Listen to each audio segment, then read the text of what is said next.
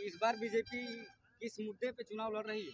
क्या फिर से वही राम मंदिर, मस्जिद, इंडिया पाकिस्तान चलेगा कि विकास चलेगा, शिक्षा चलेगा, स्वास्थ्य चलेगा, रोजगार चलेगा? देखिए, बीजेपी का तो कहना है कि मैंने हिंदुत्व के चलते या राम मंदिर के मुद्दा पे लड़े, लेकिन जनता चाहती है कि मैं विकास पे चला जाऊंगा। जो जिनके लिए जो काम किया उनके लिए जनता चाहती है। तो इस बार क्या रोजगार पे वोट पड़ेगा? क्या रोजगार का तो एक भी रोजगार उसने घोषणा किया था कि मैं प्रत्येक साल 1 करोड़ का 5 करोड़ का मैंने करूंगा, बहाली करूंगा। विदेश का पैसा इतना लाख आपसे नहीं, आप बाद में बोलिए। मैंने प्रत्येक नागरिक को ला के विदेश का पैसा, स्विट्जरलैंड का पैसा ला के हजार दे दूंगा, लेकिन किसी के खाता में कुछ नहीं है, बल्कि नोटबंदी करके मैंने हम लोगों को रोड में खड़ा करके तबाह कर दिया, झूठ मूठ का। क्या इस बिंदु पर मैं काटूंगा, कहते हैं रोजगार नहीं है भैया। जिसके अंदर मेरिट है और जिसके अंदर क्वालिटी है वो आज नौकरी कर रहा है।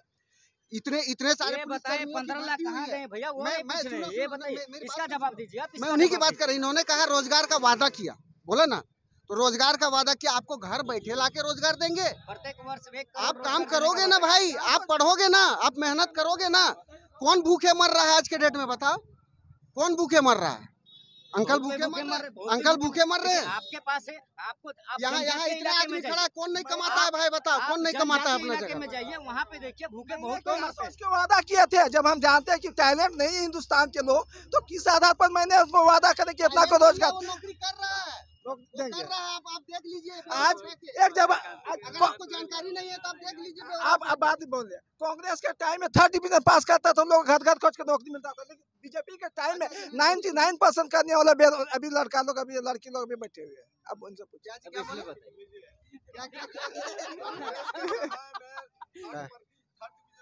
अच्छा, हाँ ठीक है।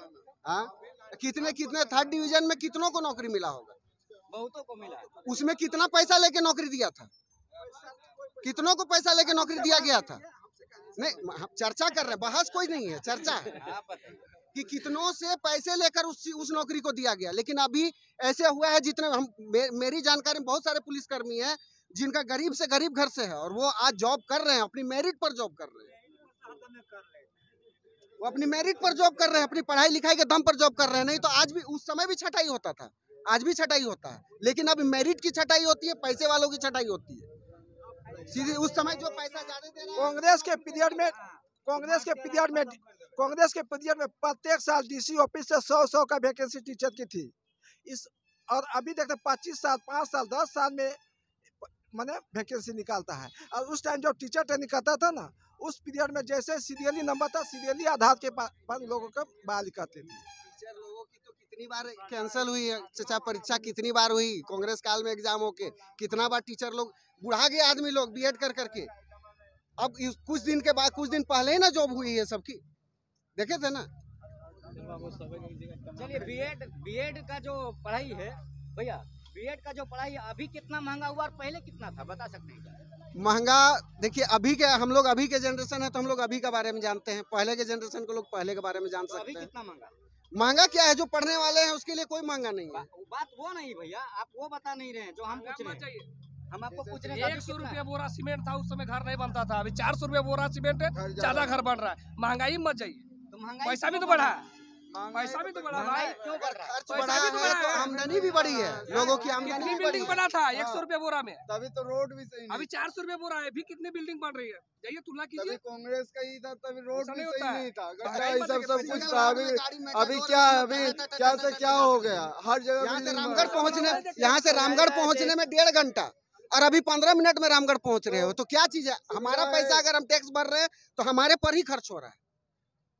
हम ही नहीं कहते कि बहुत साफ सुथरा हर कोई होता है, बेईमानी सबके पास। गार्जियन नहीं खर्चा था, अभी बाले बच्चे खर्च के सब्जी बेच के मैंने पैसा कमा रहा है। ऐसा थोड़ी ना होता है, एक आदमी था तो एक आदमी 10 बच्चा पैदा करता था, घर चलाता था, लेकिन अभी 10 बच्चे पैदा करके भी आप खुश नहीं। रोजगार के लिए तभी बेरोजगार रहता था, अलग रहता। पहले आप कमाते थे क्या?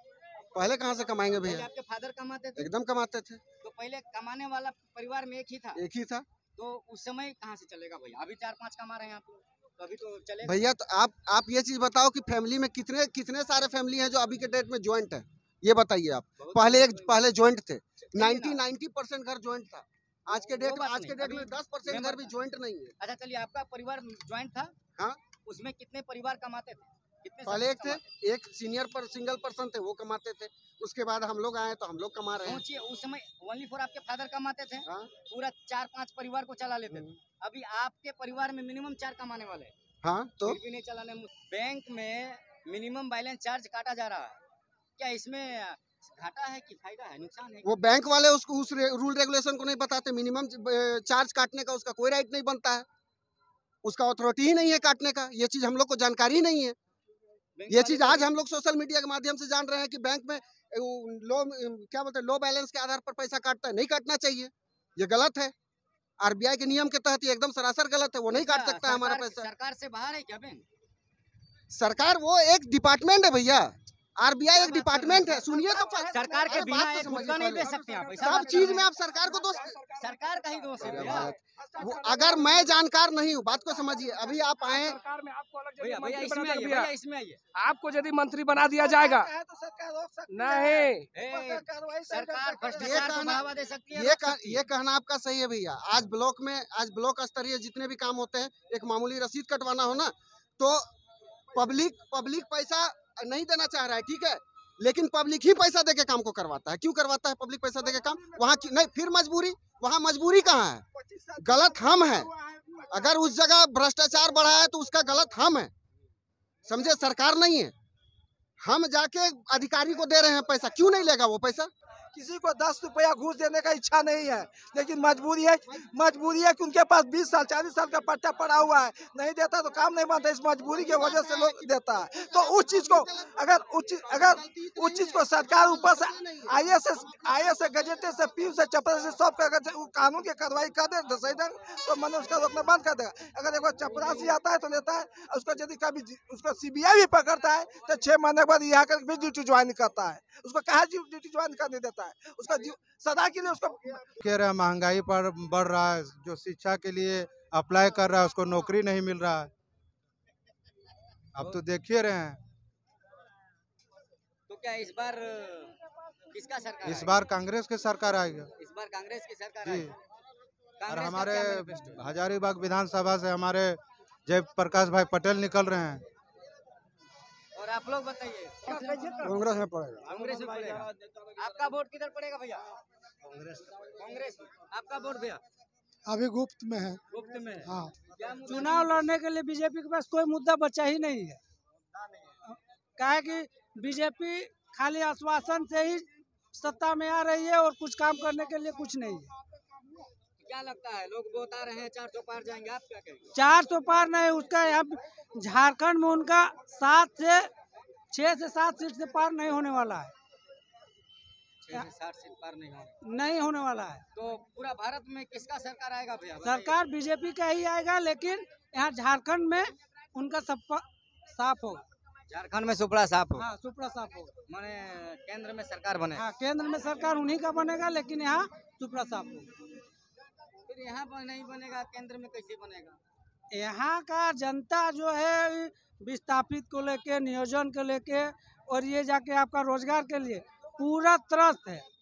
अच्छा एक बात और बताइए, हजारीबाग लोकसभा में तीसरा दावेदार है। हाँ, तीसरा दावेदार संजय मेहता। बताइए संजय मेहता, क्या इस बार लगता है संजय मेहता आगे आएंगे? वो आएंगे नहीं, लेकिन टक्कर वो देंगे। तो संजय मेहता के आने से किसको फायदा होगा? झारखंड वासियों को फायदा होगा। लोकसभा में 3 जो पार्टी है, कांग्रेस, बीजेपी, जेबीके से। हाँ, तो जेबीके से जैसे इन करती है, तो हाँ। कौन सा पार्टी को ज्यादा फायदा होगा?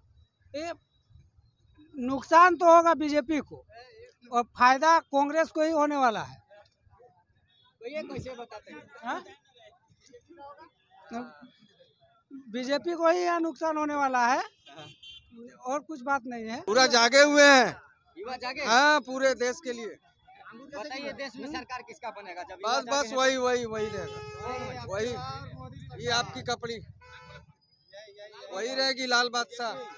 अच्छा ओ हाँ, वही बुझ गए आप सब। देखिए इशारों में बुझा गए हैं सरकार किसकी आएगी। ये कपड़ा बता के पहचान गए हैं कि ये हिंदुस्तान में सरकार किसकी आएगी। ये देखिए किस प्रकार से ये लोग कपड़े से भी पहचानते हैं कि सरकार उसकी आएगी। भैया क्या कारण है?